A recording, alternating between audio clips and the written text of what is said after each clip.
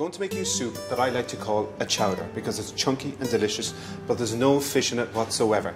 It's really heartwarming, it's really rich, and it's for that perfect wintry day. So what I have is some chopped onions, some sliced bacon, some butter beans that I get from a tin, which is a fantastic tip in cooking, some mustard, a little bit of flour, some cream and stock. So all these things can be inside in your cupboard. And of course, I have some lovely, proper butter.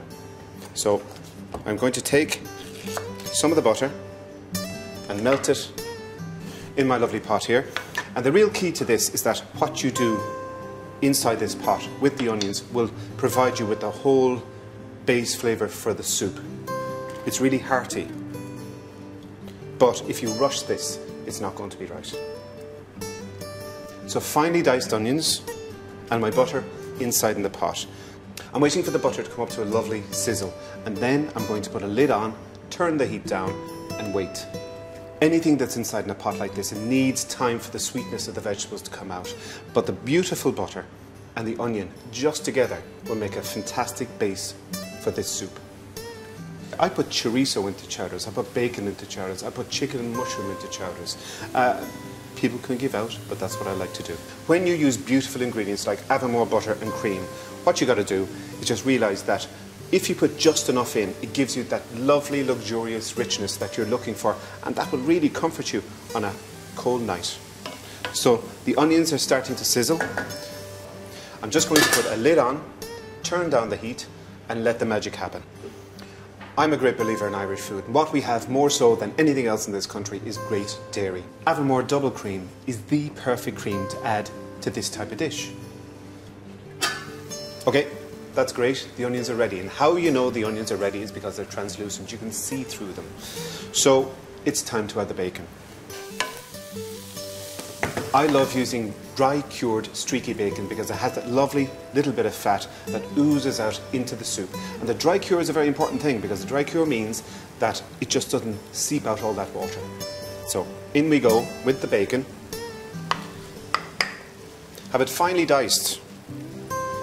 So turn up the heat a little.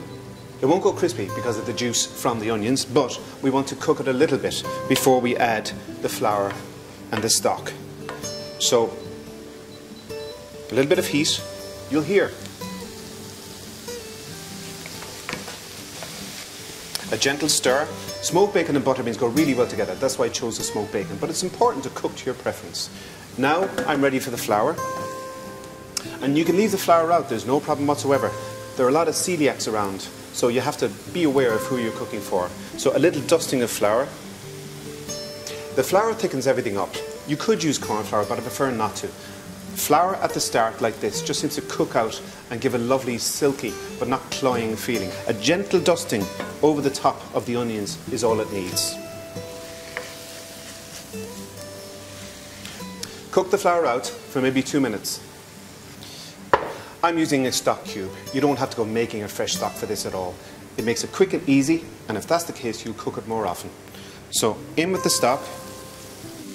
This is actually chicken stock, because it's pretty much the only stock I cook except for when I'm cooking for vegetarians.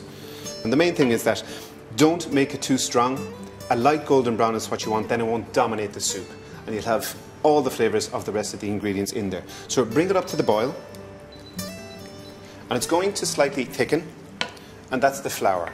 Okay, now we're starting to finish off the soup. A little bit of mustard. And cooking is very logical. Mustard and bacon go really well together, and it'll cut through the soup and give it that little bit of spice. So as much mustard as you like. I'm a bit of a mustard fiend, so I like quite a lot. The mustard I'm using is Dijon. You could use a little bit of English mustard if you like, or whole grain, no problem whatsoever, but just less if it's the English. So I have my butter beans. In we go. It's lovely and chunky at this point. I can smell the mustard and the bacon and the onions, and now it's time for the final flourish.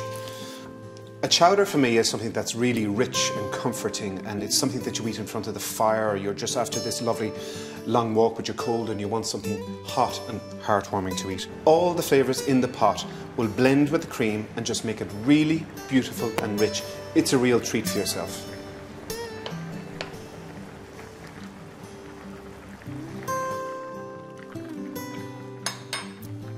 That is fabulous. It needs a little bit of parsley, both for colour and for flavour. I love finishing bacon dishes with parsley.